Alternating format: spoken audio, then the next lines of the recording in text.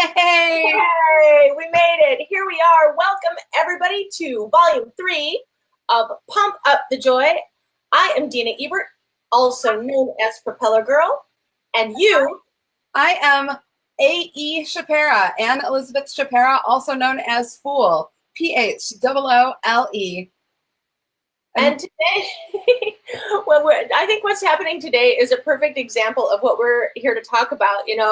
Today, what we're talking about is resilience and keeping it fresh, like how you can find new ways to keep yourself in the game, not just from an employment perspective, but from where it matters initially, like socially, emotionally. Keep yourself in the game, in your heart and in your brain, so that you can have longevity of your experience in whatever career or life pursuit you choose to chase. Yay. And so what kind of we're noticing today is part of keeping it fresh and keeping the resilience level high is trying new things. So today, based on some fabulous feedback we got from other shows, Yes. It was that the way the tech was working was a little bit hard for people to connect with. So we're trying new things, and some of those things crashed and burned. So we went back to some other things. So you'll see this Phoole is actually, you're in your studio today. I am in the Phoole Out Shelter, live from Milwaukee, Wisconsin, USA. There's a little white cat over here. His name is Angelo. He's like, what are we doing? Why? It is so early. Why are we here?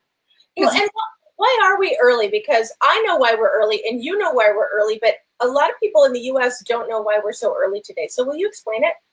So Propellergirl and I were like, there's all kinds of people all over the world who need to pump up the joy, but there's all kinds of time zones. So part of keeping it fresh and doing new and exciting things, Angela just did something new and exciting by leaping out of one bed directly into another bed and landing and immediately going to sleep. It's very strange.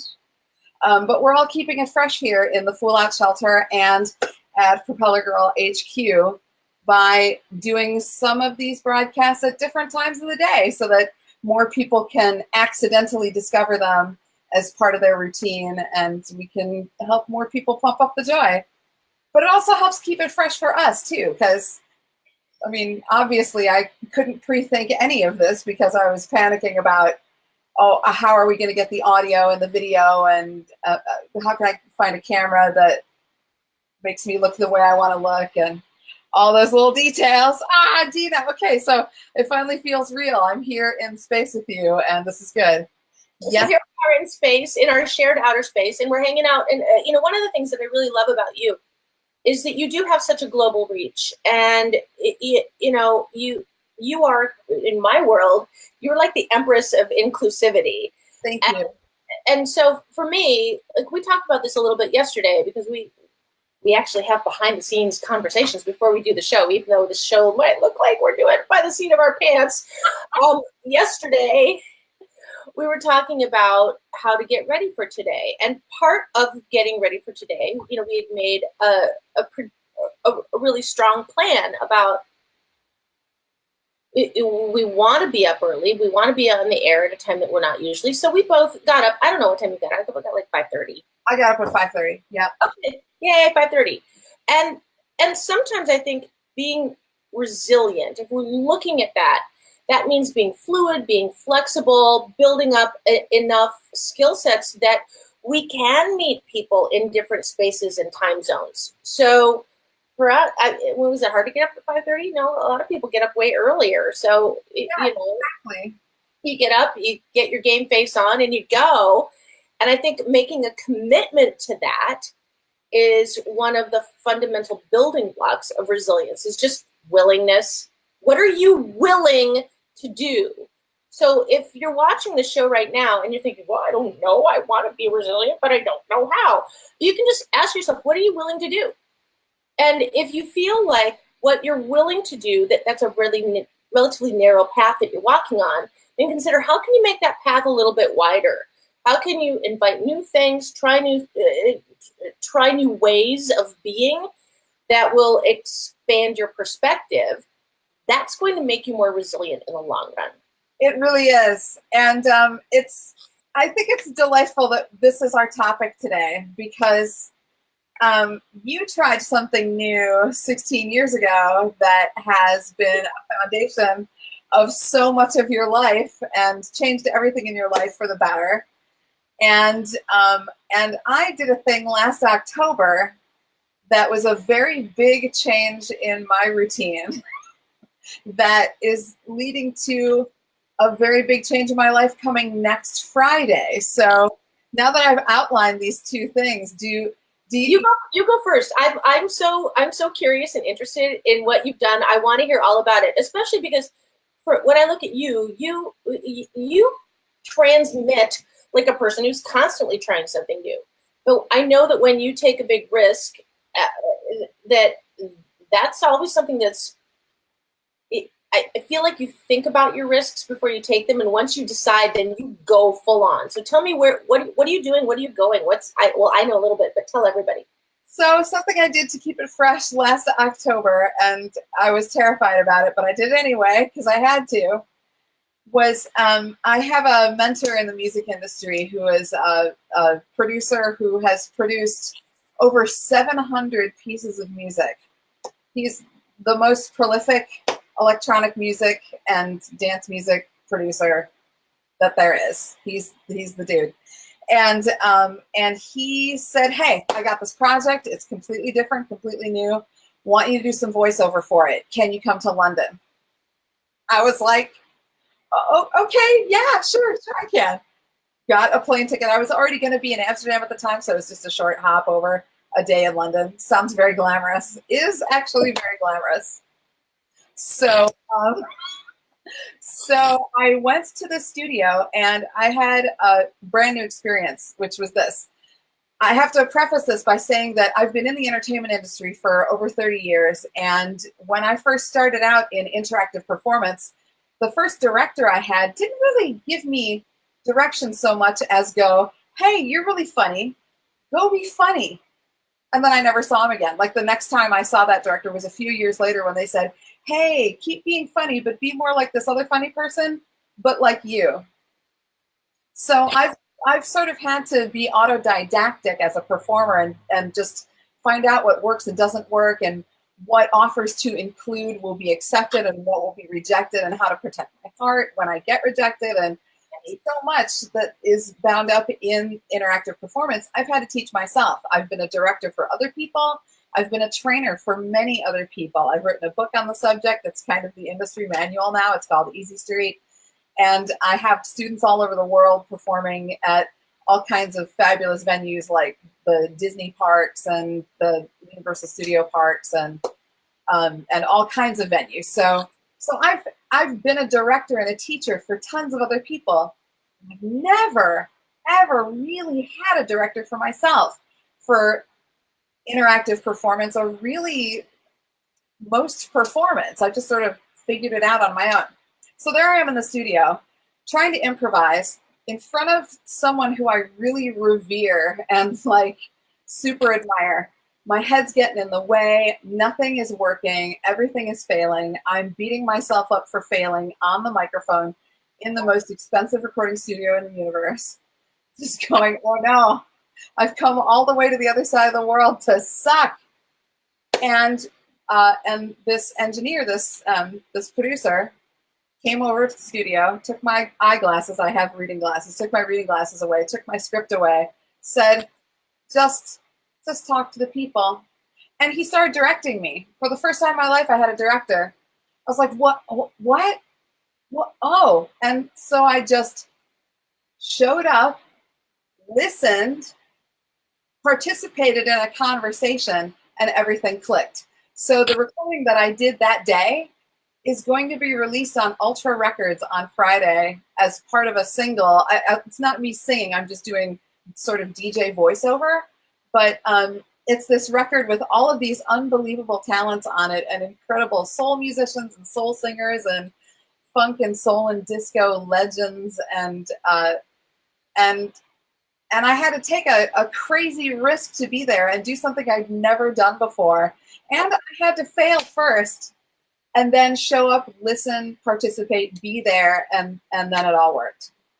I love this story, and I love this story because I love you, and I am so made happy by the new project that you have, because you're going to continue to touch people. I also love this story because I think it's really an illustrative conversation that can help the people who are hanging out with us live, or because we do have some people who are with us live today, which is super fun, or the folks who will watch us on the replay, which, you know, we do get a lot of folks hanging out with us on the replay.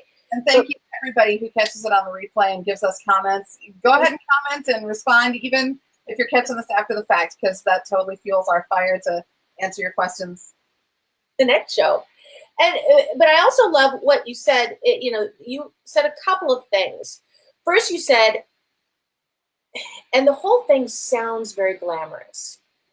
And one of the things that we're trying to do with Pump Up the Joy is give people some ideas so they can walk away within their pocket. This isn't just us talking. This is us having a conversation so that you can have an aha moment, so you can walk away with it in your pocket and think, oh, wait, those two crazy gals were talking and they came up with something that I get it. I can use this in my own life. And there were some things that you said. So I don't know if you noticed while I was drinking coffee and listening and being excited, I was also taking some notes, because you said three things that I really, really loved. You said, you know, part of keeping it fresh is taking that risk. So your risk looked really glamorous. I'm just going to hop on a plane and fly across the country for a day trip into the UK, whereupon I shall go to the fanciest recording studio in the universe and put on headphones and be on an album. You know, for a lot of people think, well, that just means you're famous. It does mean you're famous. It also means, more importantly, that you're taking an extraordinary risk and doing something you've never done before. So for people who are watching this and they're wondering, well, I want to be famous. Well, the first thing is you've got to take a risk. Yeah. Really, and sometimes that means, like, your first turn around the dance floor as an interactive performer, you got very little direction from your director. Go be funny. Okay, watch me. That's a huge risk for some of us. And I was, you know, looking on social media the other day, and there are a couple of young women. They're actually twins, and I follow them all the time, Devin and Morgan.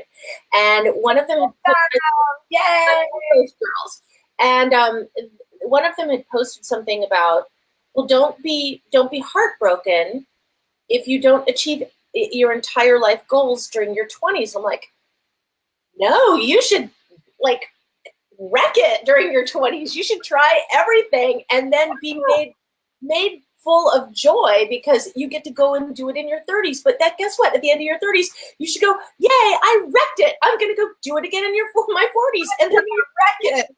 Deena, I love that phrase too. That's exactly. You gotta tear it up. You gotta take those risks. And for, you know, we're talking about risks on a global entertainment scale, but there's so many risks. There's a risk in meeting any new person.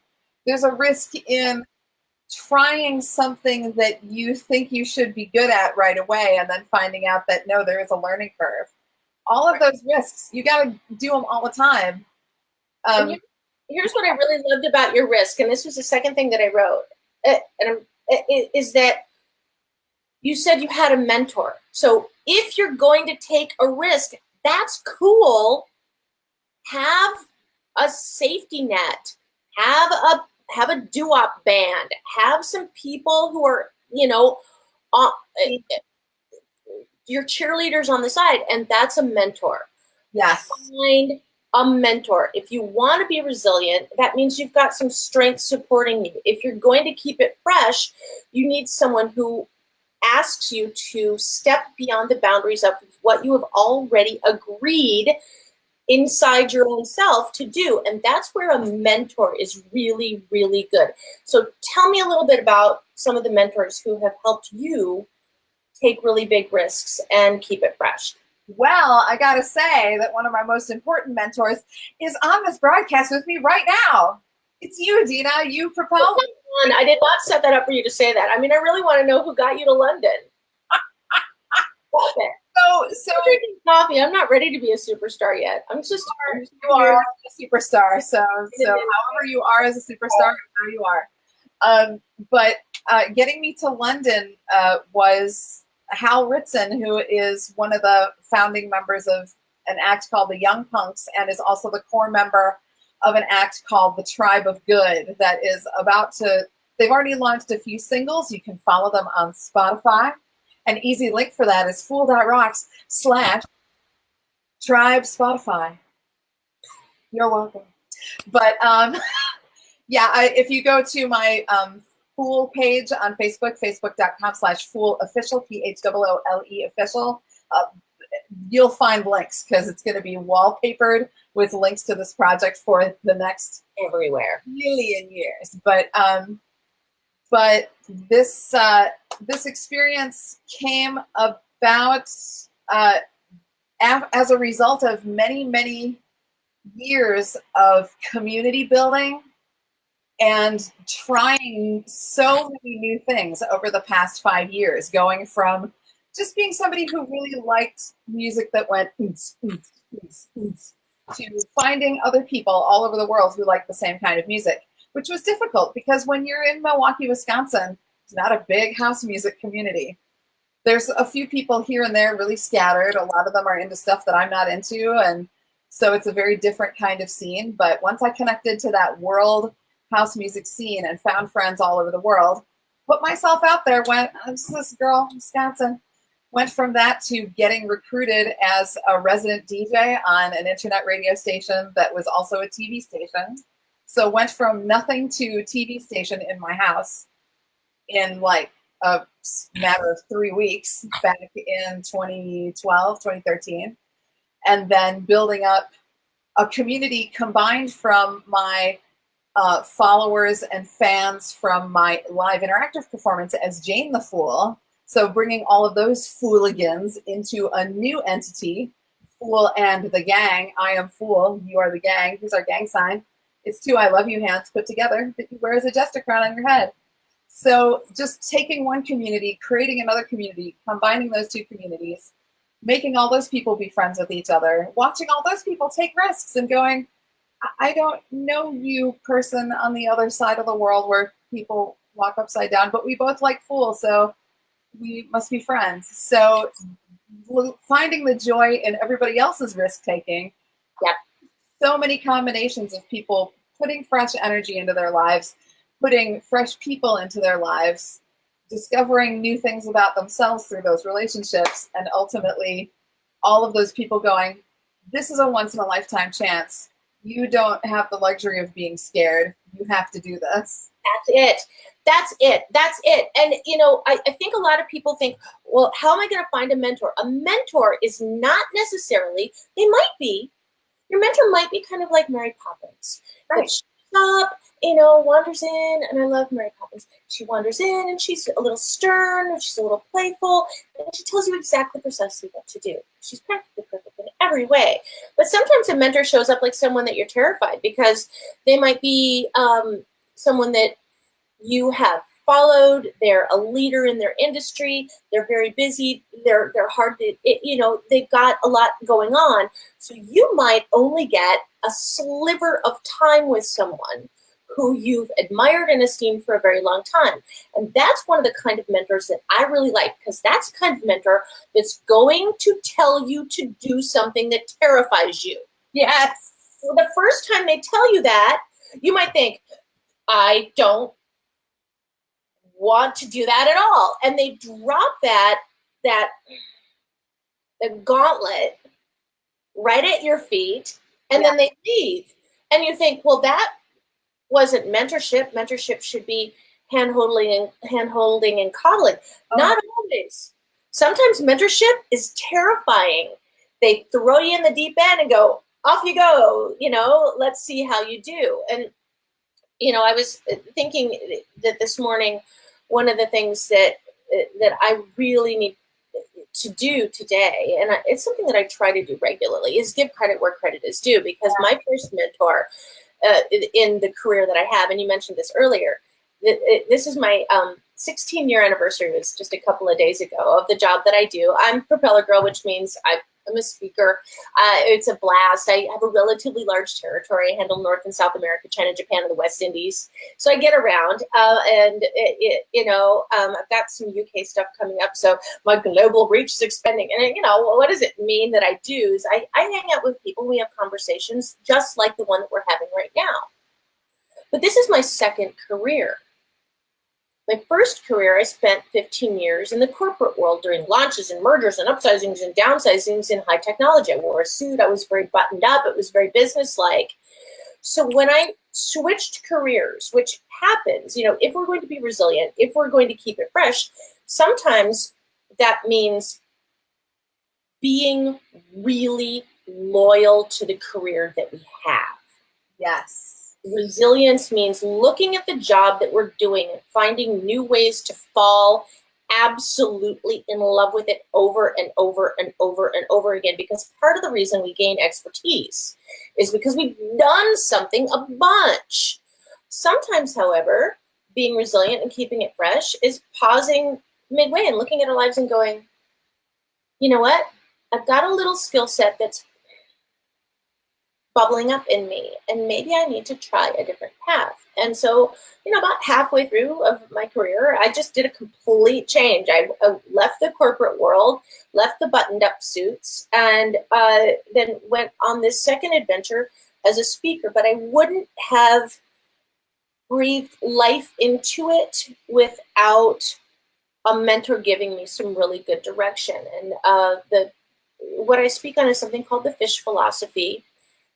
Which is fantastic. It's got 4 practices, and I'm going to talk about one of them in a second. It's play, make their day, be there, and choose your attitude.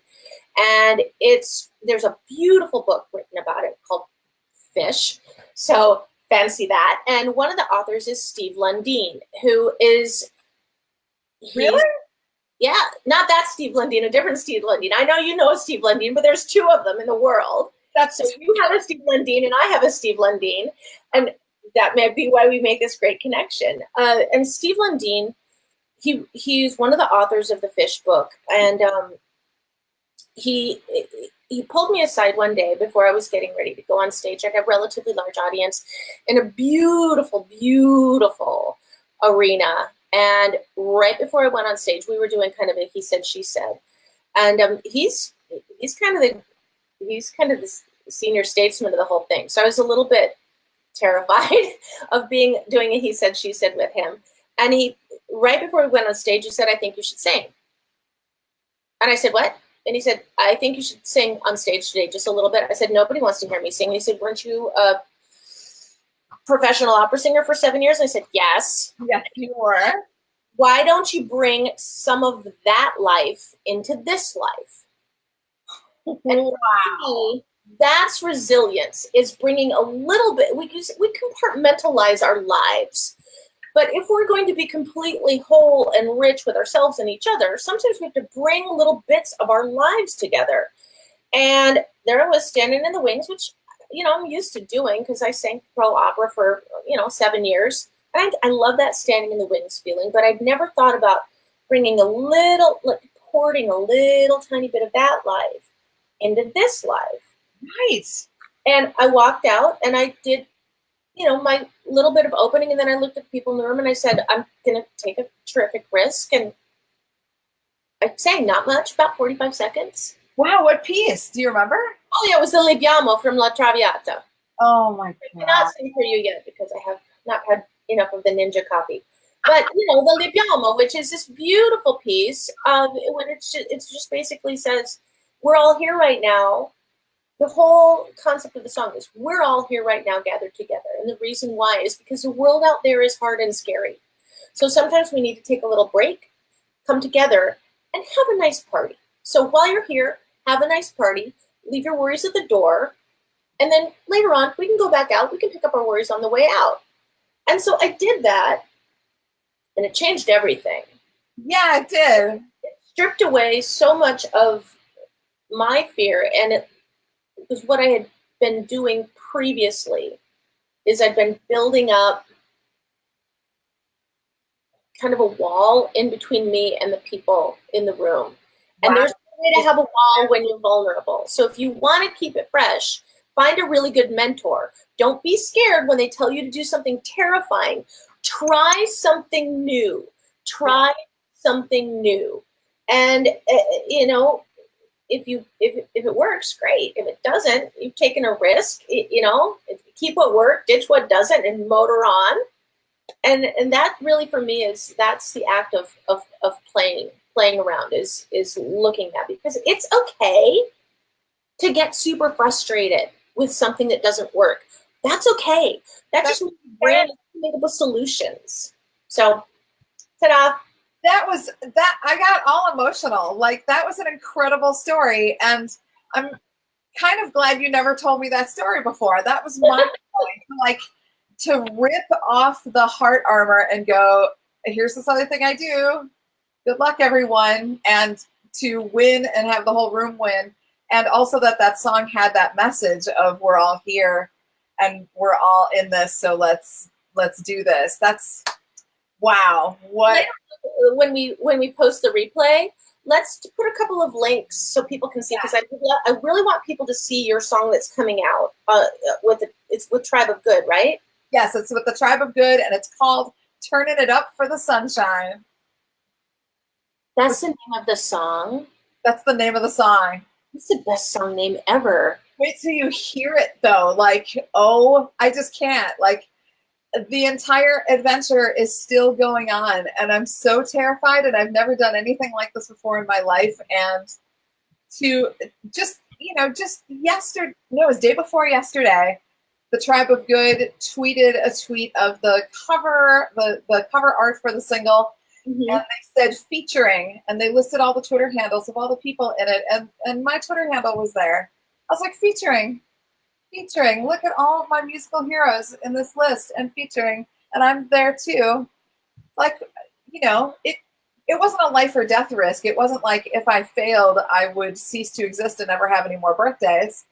But it was kind of a heart-stopping, oh my God, how can I afford to fail in front of this person that I respect so much and in front of this microphone that costs more than I do, And your risk wasn't a life or death. If you whiffed a note or decided at the last second not to sing, the audience wasn't going to run up on stage and stab you with pitchforks. But those risks are important to take anyway, because that the lesson that your heart learns from that burst of adrenaline and that dopamine reward of you got through it, no matter what the outcome, whether you so-called failed or enjoyed a different kind of success in a learning experience or just completely owned, you succeeded by taking the risk in the first place, and you've kept it fresh. So if so, we're going to button up today's show because we're trying to keep it tight. But before we do, and we're going to put links both to your new piece, and then I'll put a link to, not me singing Lo Abbiamo, but I'll find somebody who I really love singing it. So people can hear that. Absolutely. Yeah.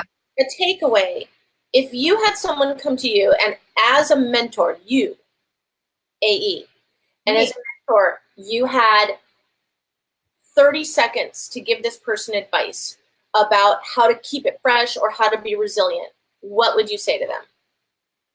I would say listen louder than you talk and say yes.